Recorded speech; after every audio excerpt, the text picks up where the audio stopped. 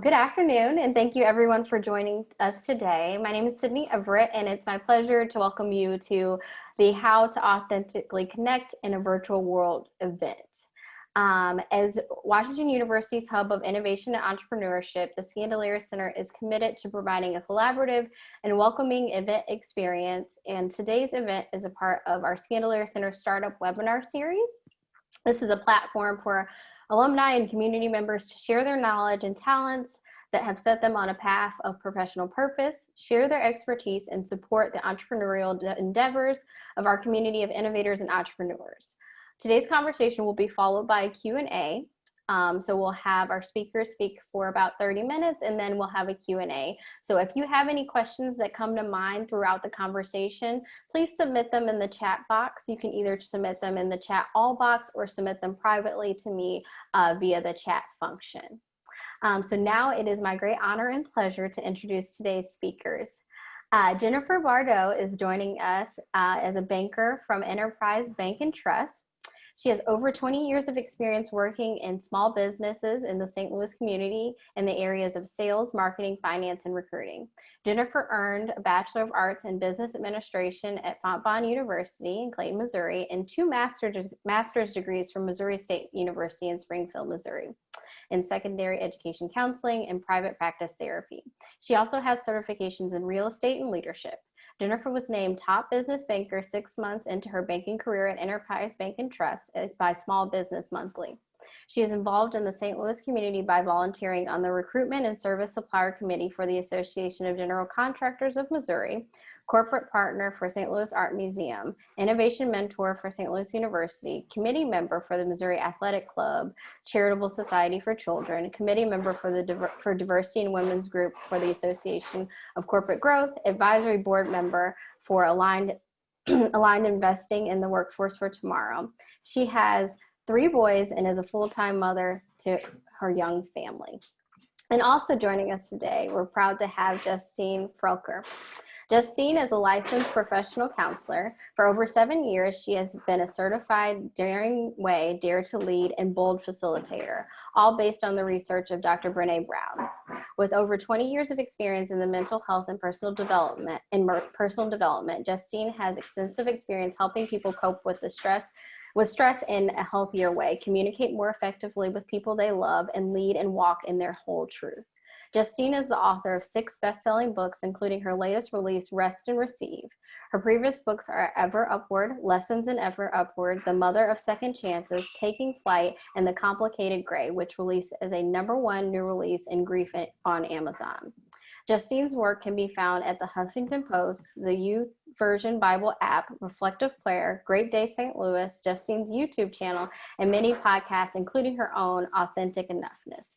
Justine enjoys sharing her message of courageous resilience during her Rising Ever Upward tour, where she offered workshops and intensives in 8 cities across the country. She was also honored to do a TEDx Talks at TEDx Dearborn and TEDx La Sierra University. Currently, before the pandemic, she traveled nationally, delivering keynotes, workshops, and trainings on topics such as leadership, courage, resilience, and more, but she still does them virtually. Justine currently lives in St. Louis with her husband, Chad, their 3 dogs, and 4 months of the year, hundreds of monarch butterflies. She enjoys her childful life by spending time with friends, practicing creative self-care, laughing many times at herself, and building butterfly gardens, which has made her an accidental butterfly farmer. Thank you for joining us today, Jennifer and Justine. I'll pass it on to you. Thank you, Sydney. That was a mouthful. I kind of feel like, I never know where to look when people read my bio, even virtually. So thank you so much, Sydney, and just everyone for having Jennifer and I. We are really excited to be here. And first off, before we kind of introduce ourselves a little bit and kind of how today is going to work, we're going to speak the unspoken, because that's what I teach every day when I teach courage. And we are living in a time that is just brutal. It's a lot. Actually, it's too much. And here we are on a webinar about networking. And some of you might be thinking, like, networking? I'm not even remembering to eat my lunch. I'm yelling at my kids too much, like all of these things. And at the same time, what we also know and what this year has taught us is that no matter how introverted you may be, I'm going to guess that you miss people, that you miss faces, that you miss the energy of being around others, of reading others' emotions, of true connection. And so we just want to speak that because we want to thank you for taking an hour out of your afternoon to let us pour into you. And hopefully we can all learn together. And what I hope is that you feel filled up and encouraged after our time together, and that we really can know that it is possible to truly authentically connect even in this weird, hard virtual world that we are living in. And so, I mean, Sydney pretty much already introduced us because she read our whole bios. And so like, I don't need to really tell you any more about myself.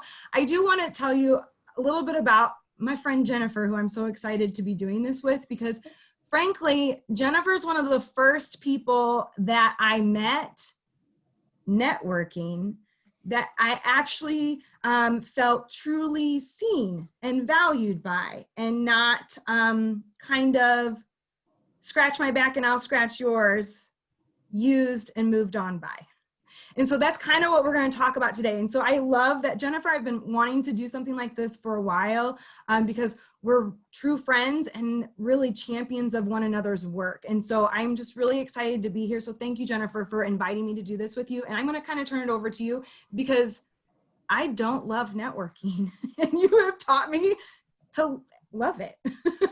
And thank you for that lead in. I think you just hyped me up a little bit too much. So, but anyway, I'm really excited to be here and I'm excited to have these conversations with you. And like Justine said, they are so necessary because we are missing that level of connection. And to be honest, I hate the word networking. So I was brainstorming with Justine what would be a better word to lead with. And we came up with bridge, because when you think of a bridge, it has two ends and it takes work and it takes courage to meet in the middle. So that's kind of the visual that I want to put in your head. And I hope you leave feeling inspired, because networking does take a lot of work and you have to be bold and you have to be courageous and you have to lead with intent and purpose and you have to have meaning behind it and you have to come from a good place. It can't be one-sided. So when you look at a bridge, it has two ends. Think of your opponent or the person that you're wanting to network on the other end. And as you're building with trust, you're going to be meeting in the middle. It's not a transaction. If anything, while you're going along that path and that journey to the middle of the bridge, you're learning more about each other and it's responsive on both sides of that spectrum. So when I reached out to Justine on a cold call because I saw she was presenting at EU and I said, I want to get to know you. I've read Brene Brown and it's awesome. She met me for coffee. You know, I put myself out there. I was bold. She could have said no. And I've had that happen several times, obviously coming from a sales role. But she didn't. We met for coffee. We connected and we slowly have cultivated a relationship into what it is today. Now, would I say we fast-tracked that because there was a lot of commonalities between us? Yes, but that's what relationship is and that's what authentic networking does, because when you allow people to see who you are and share details about yourself and you're learning about them, like I said, it's not one-sided. You're asking questions, you're listening, you're leading with a purpose, and you know, that's where the magic happens. I don't know. That's kind of the, I guess, visual that I want to plant in your head as we kind of continue on these conversations. So, Justine, do you want to pitch in? I love that because, you know, and I think I've told you this before, Jennifer, like sometimes, especially depending on what someone does for a living, whether or not they're in sales, but like I'm not necessarily in sales, I'm in, you know, coaching, and a lot of people reach out to me for a lot of different reasons. And so sometimes I even respond back to people, and I think I might have even said it to you, Jennifer, like, how can I help you? Like, yeah. What would, I'm going to use some dare to lead language. What would support look like? Because I think especially this year, we just don't have anything extra. And so sometimes we have to cut to the chase of like, how can I help you? Like, are you, because there's some people that they do just need, they have one question and we might not have it in us to do another Zoom call or coffee before 2020. And so there's that element of like, when I got that cold message from Jennifer, I I went with my gut. I went with that. She was truly authentic in the message. Like, hey, she had looked me up. She knew what I did for a living. And it was kind of like, okay, what do you do? How can I help you? Is this worth coffee? Not to say like, it's not that it's an equal transaction, but let's also be realistic that people have a lot going on, especially right now. Does that make sense? Yes. And for me, I work with a lot of different people in different industries, and I love to learn about people. So when I saw Justine was presenting at EU, I wanted to get to know her because I wanted to advocate for her and drive more of the clients and the people that I talked to into her classes. So that was the intent that I went into, but yet obviously relationships cultivated from there. And I was able to introduce a lot of clients to Justine's way, and as well as take her own course and experience the training myself firsthand, which was remarkable and life-changing. I tell Justine all the time, I'm like, she's a pro, super talented, and I would advocate for her every day of the week. So, but with networking, it takes a lot of grit, and you have to know yourself well enough to know who you're going to connect with. Because I know right off the bat, like people that I connect well with are driven. They have an innovative brain. If you are a transactional person, most likely we're not going to connect, because I am a helper and I come from a place of helping and I like to help. So if you're going to, and this is banking terms, so if you're going to rate shop me, then I'm probably not the banker for you. But if you actually want an extension of your business, then those are the kind of relationships that I like to cultivate. Mm-hmm. Yeah, I like that you keep saying transactional, because that's the kind of networking that makes me sweat. Like, I don't want to do this transaction. I want to do a relationship. And it doesn't mean we have to be best friends, because we're adults and we're busy adults. But like, there's that piece of like, I want it to be a relationship that makes it feel the grit that's required of authentic networking. It doesn't feel so icky when it's a true relationship versus this transaction. What do you have that can help me? And what do I have? Like, that doesn't feel good to a lot of people, especially when our bandwidth is so full. Yes.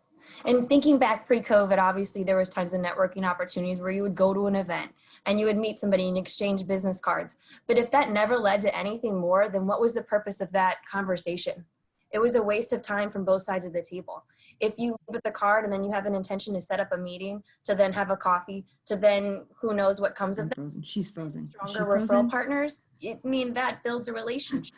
You gotta love virtual. Yes. There you are. There you're back. Okay. You froze for a little bit. You're back. Yes. And just extend on that fact where, you know, there is so many advantages of being in a virtual environment because we are able to have Zoom meetings, but it also takes more work because it takes longer to build that trust because you're not sitting side by side. So you have to be mindful of that as well and allow the person across the table to go at it at their own pace. You know, some people are a little bit more open while others aren't as open and more guarded. So you just have to know your audience. And I think establishing that communication is key, as well as, like, for me, I'm very blunt and honest. So when I go into a meeting, I establish my expectations right off the bat. So then they know what they're expecting of this conversation and what I would like it to lead to. So. And there's a whole lot to that. There's this piece of one of the taglines that we teach in the Dare to Lead curriculum is clear is kind, unclear is unkind.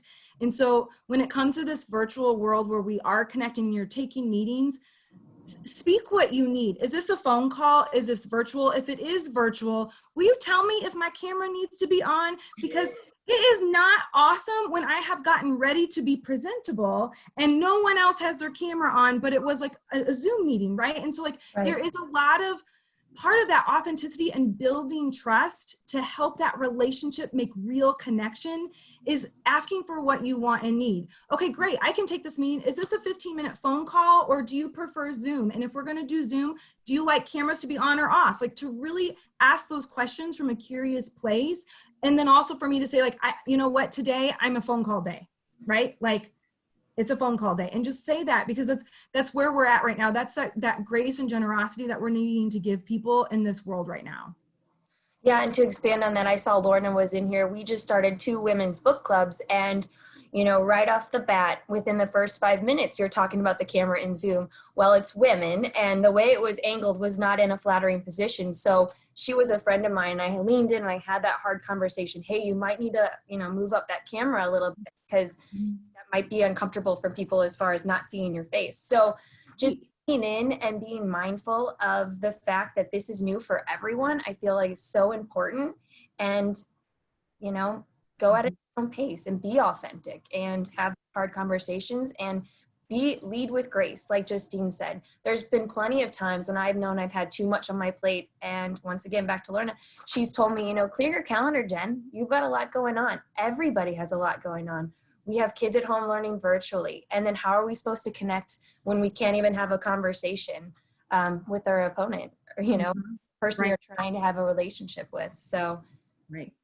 There's this space that we are in right now of to give ourselves permission that if you need to send that email and say, you know what, my day blew up today. I need to reschedule our call, and to kind of own that part. And at the same time, it is also like to be respectful of people's time, right?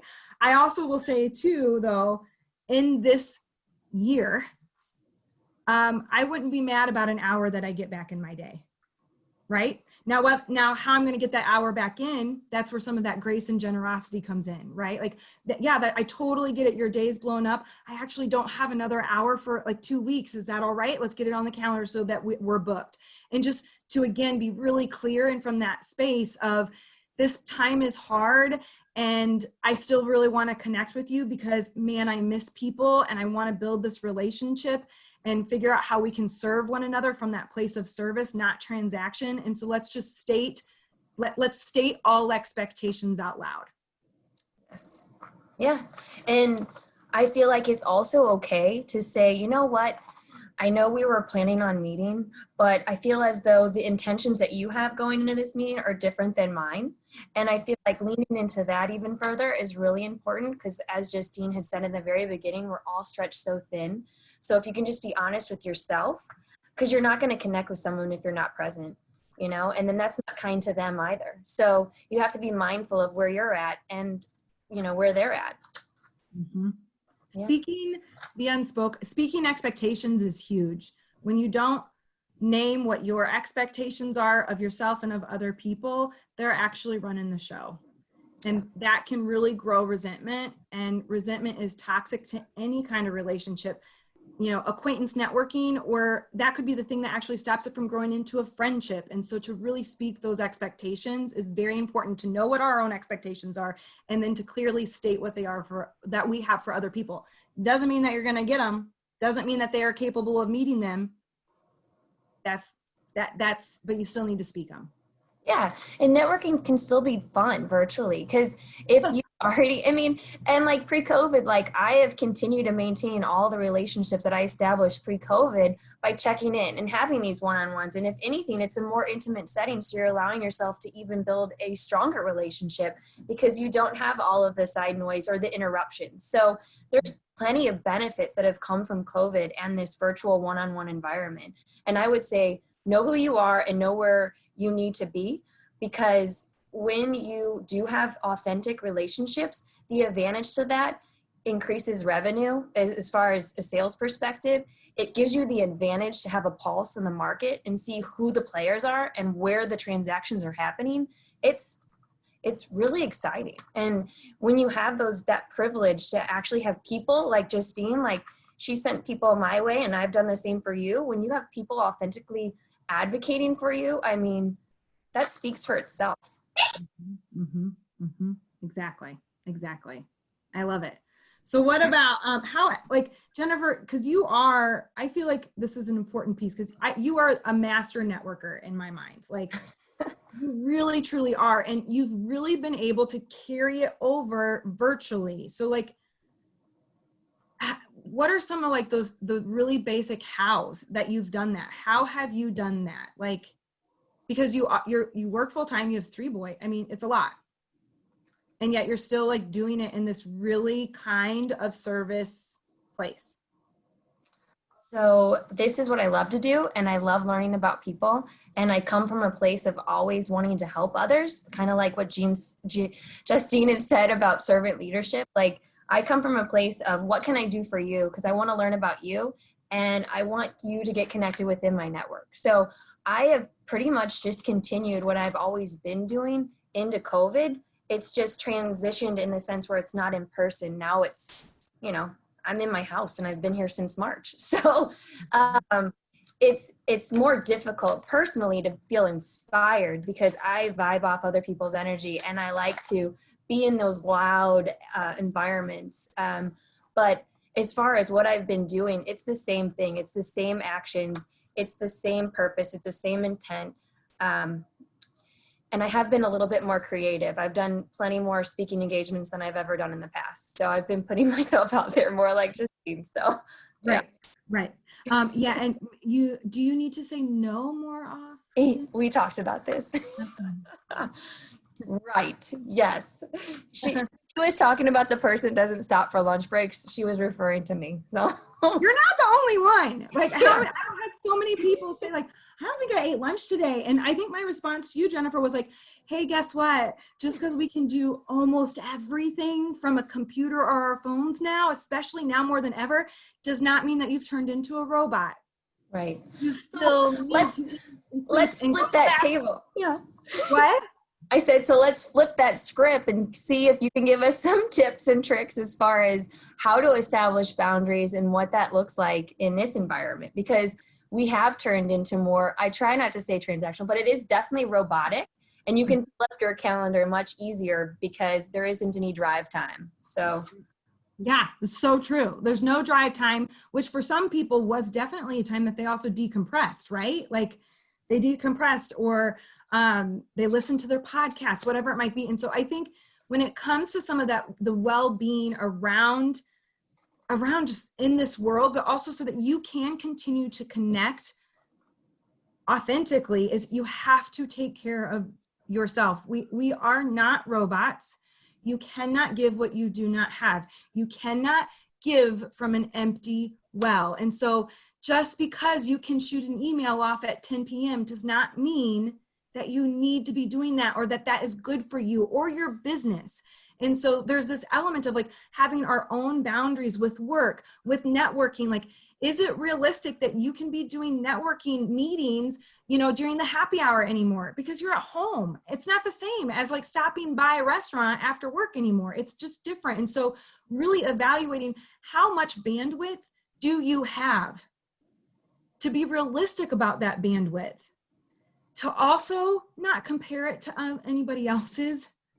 Because yes, we are in this together and we're still all in very different situations. I can't have kids. I'm not trying to learn 3 kids while running a business, right? I do have other hiccups in my life, but to compare our bandwidths to others doesn't help us. We actually just feel even more alone when we compare our struggles to one another's. Hard is just hard. And right now, 2020, it's just hard. Everyone is weary.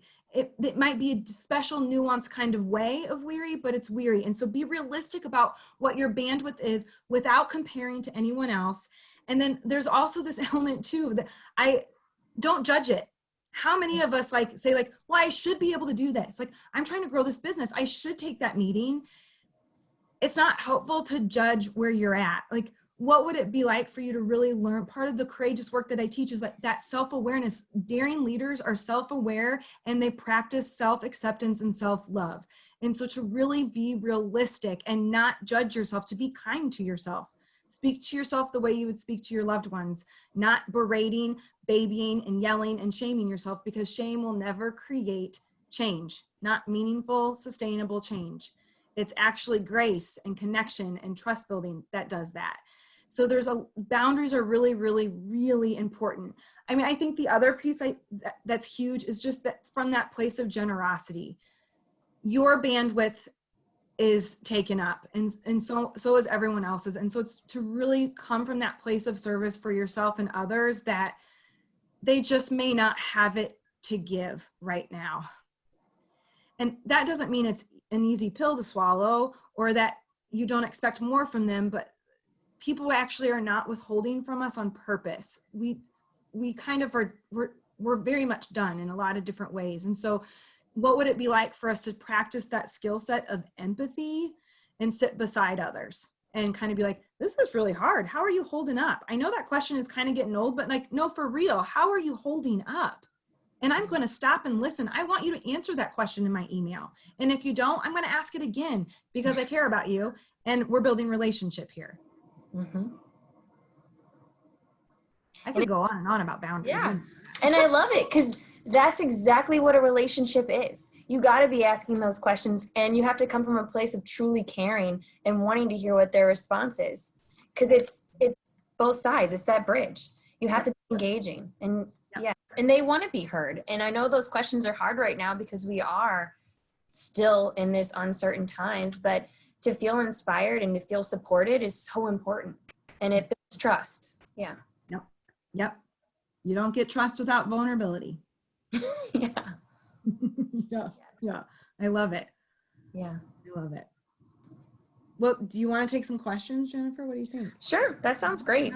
Point.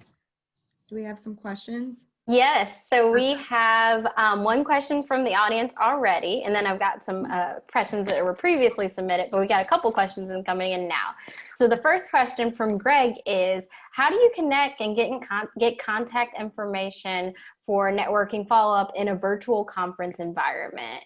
So pre-pandemic, obviously, you could just walk up to someone and chat, and exchange that information. So do you have any tips or tricks on how to do that virtually? Yeah, I would say social media is an exceptional resource. If anything, it's your literally phone Rolodex that you have 24/7. So I personally love LinkedIn. I know Justine is everywhere. I do a lot of research when there's somebody that I want to connect with because I want to make sure that it's a good use of both of our time. So I put a lot of thought into those transactions into those connections. And on LinkedIn, I do my research and I reach out through LinkedIn. Yeah. That's what I do too. Even yesterday with Enterprise University, like I was leading the class. So I do get people's emails, but in the chat box, there are several people that were really brave in the chat, and some of them were private, some of them were public. And so like, I made sure to quickly jot down their name that was in the, in the WebEx platform. And then I went to LinkedIn to see if I could find them.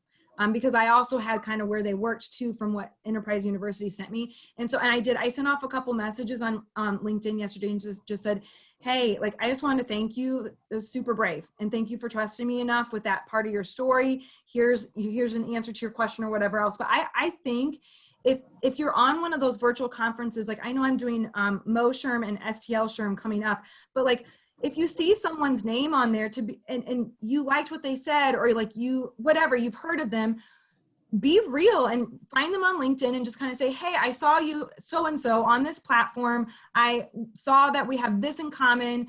I just wanted to connect here, and just kind of like get curious, like stay in the curiosity is where this is at. That's where we got to come from.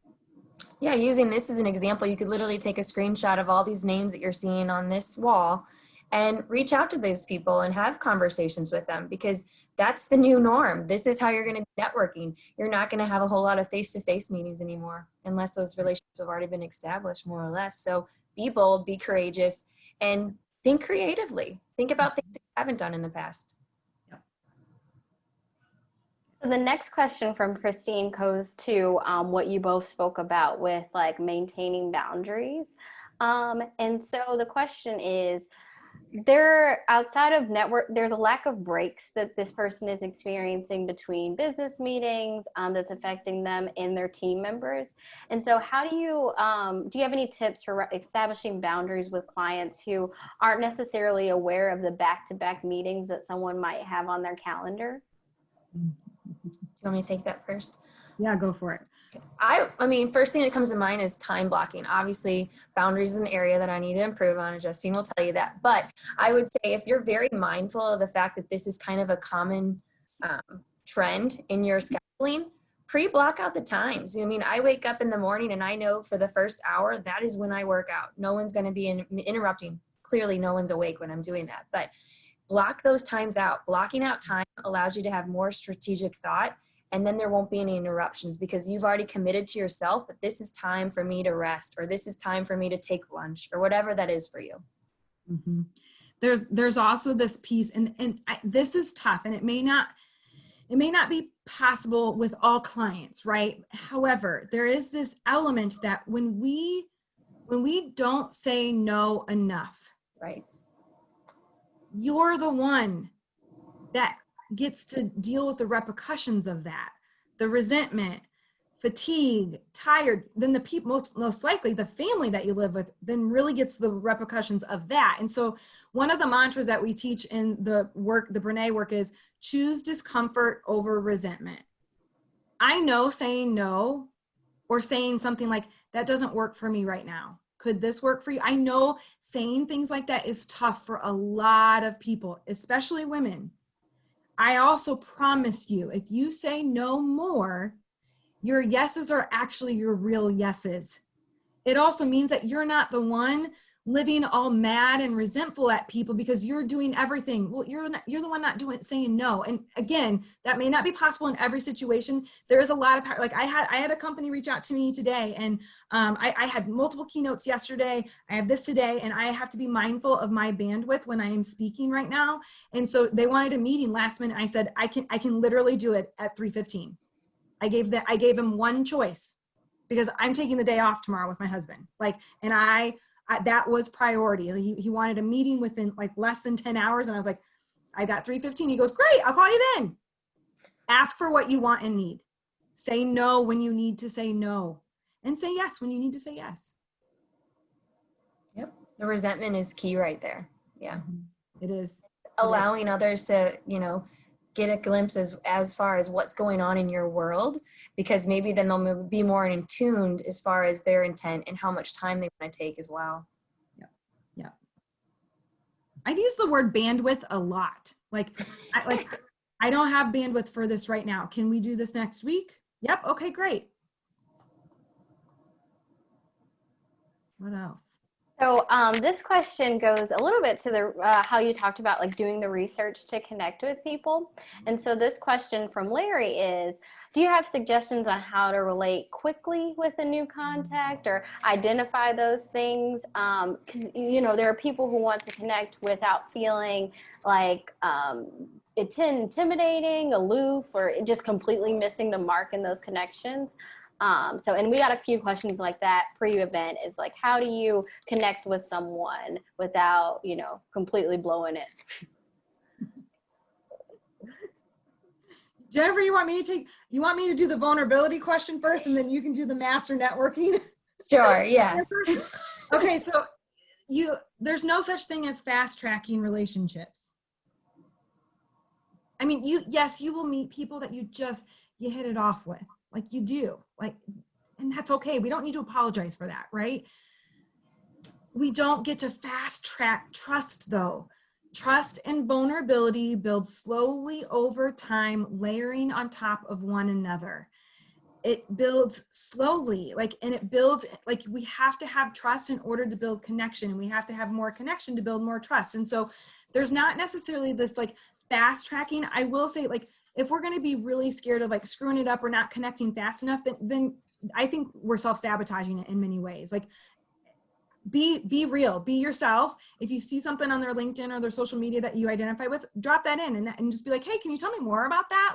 I would love to learn more about this. If you have the time, if you have the bandwidth, all of these, that curious language to help that connection. But trust and vulnerability, and therefore connection and relationship, cannot be fast-tracked. They take time. And especially, I think, in a world like this where it's just a lot, it might take a little bit longer. Yeah, and I would say people may even be more guarded now to allow you into their network because they haven't met you face to face or seen who you're talking to. So Larry, to your point, I would say look at their LinkedIn, see what, are they involved with the AGC? Where do they play? Who are the connections that they have? Do you guys share a connection? Can you reach out to one of your shared connections on LinkedIn and write a friendly note saying you want to reach out to this person, then follow up to that person saying, oh, hey, I saw that we're connected with so-and-so, and I saw you're involved in this group. I would love to have a conversation to know more. Curiosity, and establish the connections that you do share, because if it's not authentic and you're pulling it out of thin air, then mindfulness, I don't know what would come of that, you know? So you have to be real with your purpose and intent, and the research goes a long way, because then you already kind of understand a little bit more about the conversations that you guys can have too. So. Well, that's good. That's good. That was good. But obviously it's courage and being bold, right, Justine? So. Vulnerability. It's my answer every time. And people are going to say no, and they might be mean too. So be prepared to have that resilience and that thick skin too. So. Very true. Very true. So we got quite a few questions about tools to connect with people. Like, what tools are you using to maintain connection with people in the virtual world, either within Zoom or outside of Zoom? And then we got a great question from Tim in the audience, who asked, you know, how do you maintain contact with people who kind of drop out of communication because they're like, I just don't know how to deal with all this technology. So I guess those are kind of two separate questions, but both focused on like the tools to connect with people. Mm-hmm. I know I am so guilty of this, but we can make phone calls. Yeah. Like, I am very guilty. I will so much rather you text me, but like, I think for those, like, especially for those people in our lives that maybe like, they're like, I don't know how to do this Zoom thing or the FaceTime, like whatever, like pick up the phone. I also think it's fair to kind of say like, hey, would you like to learn? Because maybe I can teach you. And you literally, like just the other day, I took a video on my phone of my computer and sent it to my team and was like, I think this is how you do it on the website. And she's like, perfect. Like, do they want to learn? Maybe they don't, but what would it be like for you to say, hey, I miss you, and this is kind of the way of the world. Would you like to learn about it? Can I teach you about it? And if not, no big deal. Then you gotta pick up the freaking phone and talk to them. Yeah. If the relationship is that important to you, you're gonna pick up the phone. Yeah, I would say the old school, pick up the phone. Not everybody responds to text. I think about my dad, he's in construction and can barely get past, you know, a couple of text messages, but that's just his culture and probably his age group too. But anyway, so he's the only person that I talk to regularly by phone.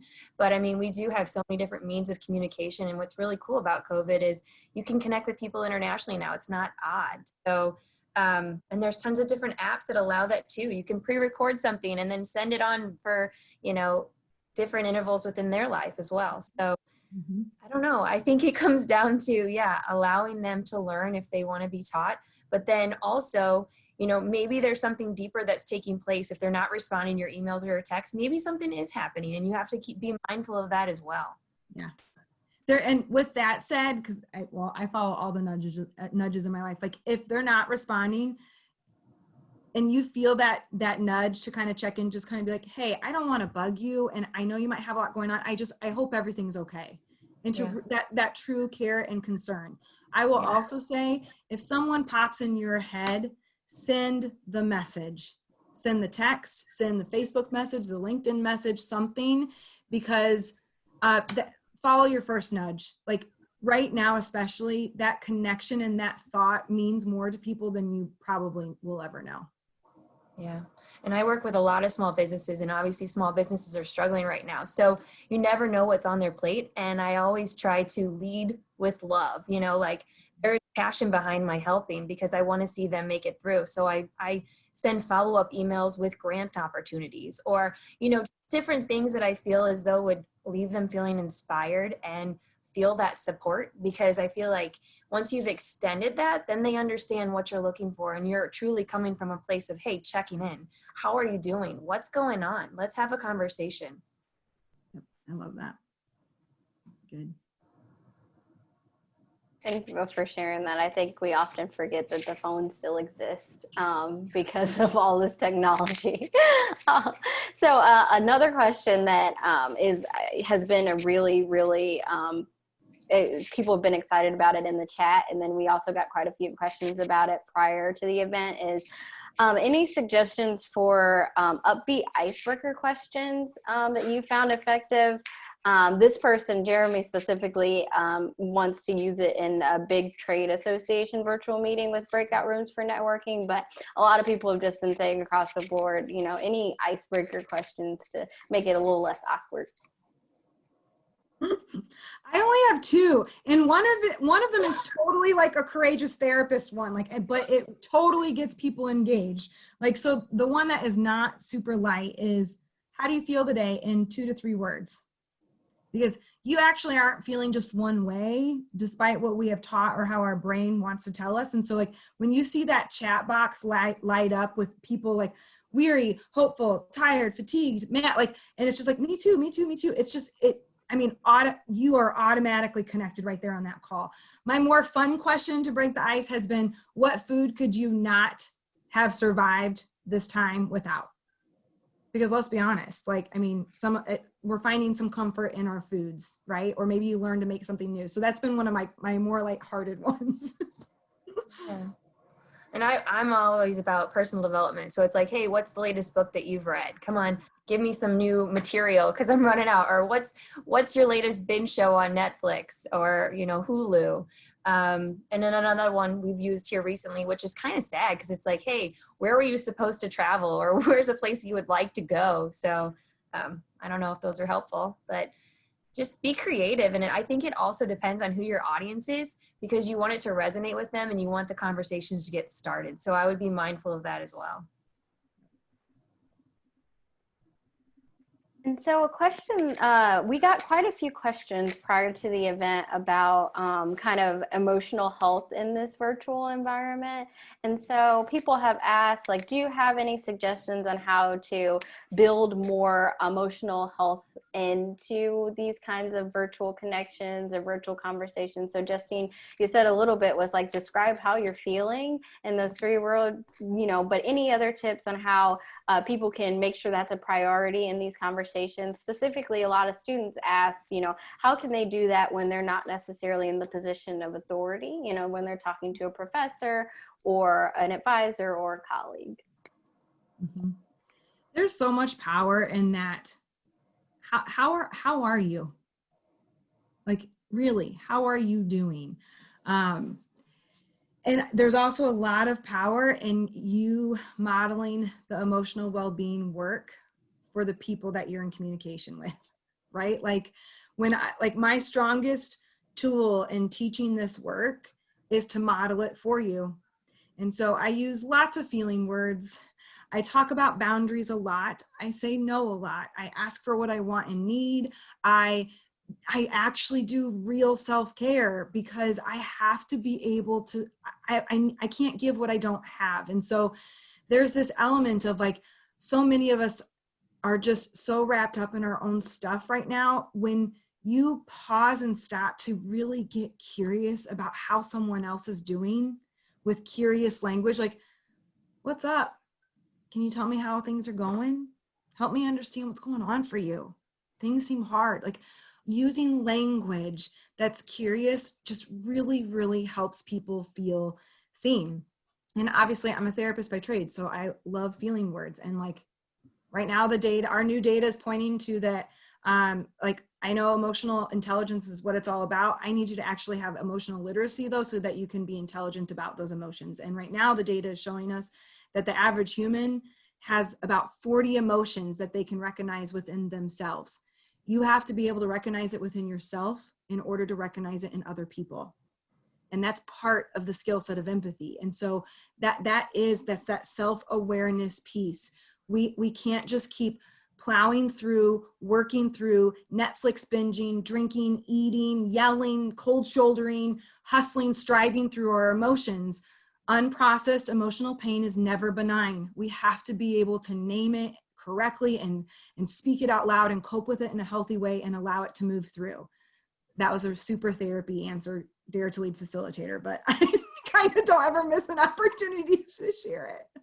I thought it was great. And to expand on that, I feel like those identify markers give you a lot of insight as far as, what are the roadblocks? Why am I uncomfortable sharing this? Maybe there is some work that you need to do and to remove those roadblocks, and maybe if not, you're not a vocal person and you're trying to have a conversation with your professor or whatever that looks like, write it down if that's easier for you.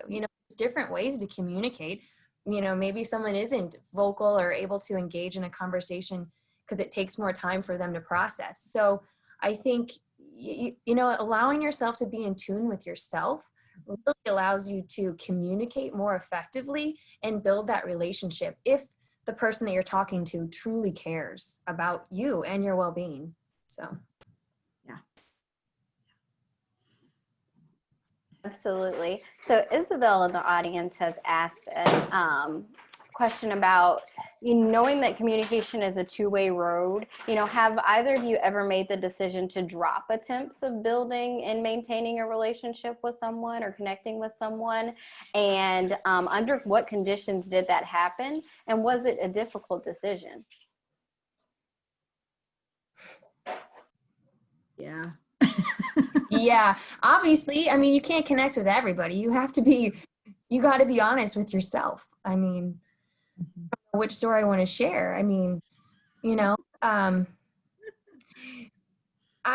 very self-aware, and I generally come from a place of helping. So if I don't feel as though that is reciprocal and someone doesn't come from a good place, I can pick up on that. And that's not a relationship that I would want to pursue. And it's not a good use of my time, nor is it theirs. Because I'm not coming from an authentic place to then give them what they need, because that isn't a relationship that I want to cultivate and see grow into a beautiful flower. So I don't know how you want to expand on that, Justine, but that's what I have about that. I think there's almost, it's kind of, this is twofold for me. There's that piece of, if communication does drop off with someone that I really want to connect with, or even if I think I can help them, or I really want them to help me, whatever it might be, I can't and I won't beg someone right to like me, to be part of my life.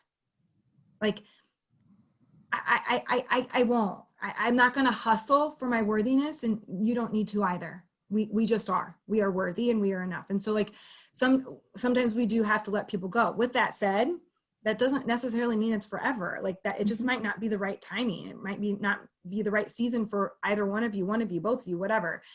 The other side of this though too is like, I have discovered time and time again, especially once the Dare to Lead stuff started coming up and my name started getting shared more locally, like I have discovered that I would say 99.9% of the time, my initial gut reaction is right. And every time I have not listened to that because I allow things of this world or things like, yeah, I think he's like really connected. Like, I think he's super powerful. I think I just got to do this. And even though my gut is telling me this does not feel good, every time I've not listened to my instinct, I have been left in the dust, used up for my platform, something like that. And so like, it's this weird, I don't like the word balance. I like the word harmony. It's this weird harmony of like listening to your intuition and then also knowing that sometimes you're like someone's first impression isn't the best. And so what more information can you gather to see if this is a relationship that you want to cultivate? Can you build trust in it? And if you can't, it is okay to say like, this doesn't work for me. I'm not going to do this anymore. I'm not going to abandon myself anymore to please the masses. Yeah. So that means you got to let people go sometimes. That's important to hear and keep in mind. So thank you both for sharing. And then, so some more questions that we got prior to the event are, how, so someone during the event asked a similar question is, kind of how would you suggest like connecting with someone via social media, like if you're in the member of a group or like a Facebook group or a social media group where there are, or LinkedIn where there are quite a few members, but you have not personally met any of them, and you want to start connecting with them. Do you think that you should discover interest beyond the group that might connect you, or, how do you have any recommendations for that? Oh, that's good. Jennifer, what do you think? What's your instinct? Just step into it. I mean, reach out one-on-one, and that allows you to have a deeper relationship with each of the individuals within the association. So I'm a part of several associations, and I play in those networks because those are people that I get along with, and we have the same language. And I feel as though if you don't put yourself out there, do you think they're likely to? People are generally a little bit more timid when it comes to extending themselves and starting relationships. So if you put yourself out there, you know, sometimes you're going to get the no, and sometimes you're not even going to get a response, but you have to be okay with that. And that doesn't mean that just because they didn't respond the first time, you shouldn't reach out again. So I would say just keep putting yourself out there and developing those relationships, because you have to take advantage of the association, and that's the purpose of the association. And that's why they're there too. Maybe just a little bit more shy and they've been wanting you to reach out. So then by you taking that first initiative, you know, a relationship can cultivate from that. Mm-hmm. That's so true. And I also think too, like if there's like comment on their stuff, right? Yeah. Like you engage with them on those platforms, and also reach out. Like that's part of building that trust up, I think, a part of the relationship piece. And you can even lead with that within the messaging. Hey, we're involved in this group, because maybe they haven't made that connection. Maybe they didn't even realize you were in the same group. So make sure you identify that, you know, connection. Yes. Anything else? Yeah, so we got a couple of questions about like building an authentically engaged team. And so, you know, there are a few people who submitted questions who have teams where some of the people have known each other forever, pre-COVID and things like that, and they're trying to integrate new members of the team. And so they were wondering if you have any tips or things that you can share about how to help these people feel welcome in the organization and make those connections, even though it's all, you know, no one can be in the same room. Well, we just hired a new person, and she is absolutely amazing. And she had been there for a week, and I reached out because she was new and she wasn't going to reach out to me. She didn't even know I existed. So I extended myself because I wanted to learn more about her. So I feel like maybe that's part of the existing team's process, to reach out to those new folks, to build that team and to build that kind of collaborative culture. And it allows you to learn a little bit more about them too. Mm-hmm. Yep. I would say, I think it falls on the existing team, but. Right. And all from that place of curiosity. People, to build a cohesive team, you have to have trust. Yeah. And so you build trust by getting to know people, their whole selves, not just their work self, because we need to be integrated, wholehearted people. So you build trust by getting curious about who are they? What do they love? What do they do? How do they feel about being part of the team? You know, like what questions do you have? How can I help you? That place of curiosity and service. And listening, right. And it's not going to be just one question, one phone call. This is going to be just like any other relationship. You have to be constantly checking in with them and engaging and hearing what's going on. And then little by little, they're sharing more things about their history and where they came from and all of those relationship starters. So. And then we got, I guess we can do, if you guys comfortable, one or two more questions. Mm-hmm. Sure. Okay, so we got a couple of questions about email and, you know, maintaining like expected norms of communication across disciplines. So you touched briefly on, you know, not emailing all hours of the day just because you feel like you have to.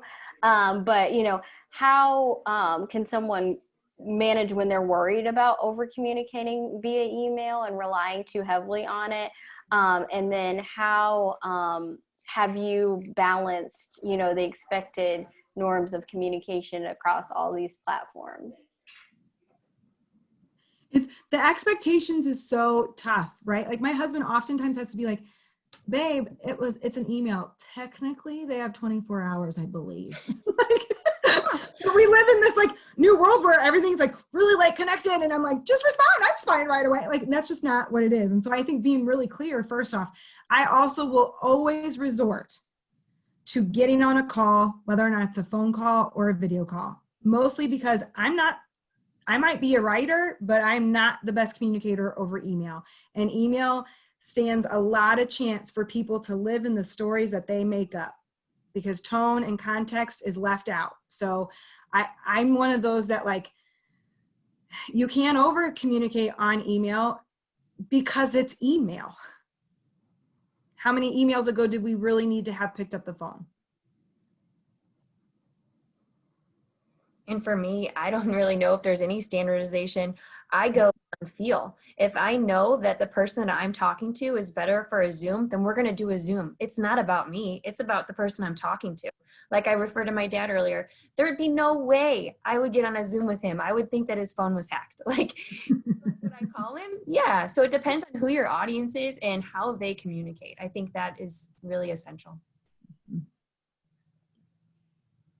And for the last question, someone submitted a question asking about how to create a value proposition for someone to, have a phone call with you when it's the first time outreach. They talked about how before it was like, I'll treat you to coffee or I'll take you to lunch or, something like that. So have you seen anything like that in the virtual world that you've used to, convince someone to chat with you for 15 minutes or so? I do that every day. And I still call it a coffee. I'm like, grab a cup of coffee. And what was really funny is yesterday, and I respond to emails and texts at all hours. It's about my clients. So I was shopping at the grocery store and I had gotten a message from someone that I was trying to set up a meeting with. And he says, well, is this coffee decaf or is this regular? And I say, well, which do you prefer? Because it's at your house. So I think people are definitely still responsive to visiting with you over a virtual coffee. And it's a conversation that we're used to in our culture. So I think you can still phrase it in that way. And I still do. Right, right. I also think like it can be okay to say, hey, do you have like 20 minutes we could grab coffee on Zoom together? It doesn't need to be an hour. Because some people, their brains are like, an hour, oh my gosh, how am I going to do that, right? Like, you'd be surprised how quickly you can connect, especially when we ask for what we want and need, clearly. I'm going to always resort to that. Mm-hmm. Yeah. Love it. Well, that was our last question. Thank you both so much for doing this. Just looking, I don't know if you've seen the chat during the conversation, but I think the audience has really enjoyed our conversation, your conversation. People have gotten really good insights from this, and this was something that was very important. I want to thank the audience for joining us. I want to thank you all for being so actively engaged during the chat, for submitting your questions beforehand and throughout this time. And I just want to, let everyone know about a few events and opportunities that we have coming up. And we'll also be sharing some opportunities and events that Justine and Jennifer have coming up via email. And so we have every Monday, the Skandalaris Center hosts WashU Virtual Connecting, which is a great time to use some of the tips and tricks that you learned from Jennifer and Justine, just to connect with anyone in the WashU community for 5 minutes. Take 30 minutes during, your Monday afternoon just to meet someone new or meet, old friends at WashU. We also have an Idea Bounce event coming up next Tuesday that's going to be focused on the environment and sustainability. So we invite anyone who's interested in that to join us to either pitch your idea for a chance to win $150 or just join us to connect with people who have environmentally and sustainability focused ideas. We also have an info session coming up on September 29th. That's an opportunity to learn more about the Skandalaris Center and more programs that we have to offer like this one.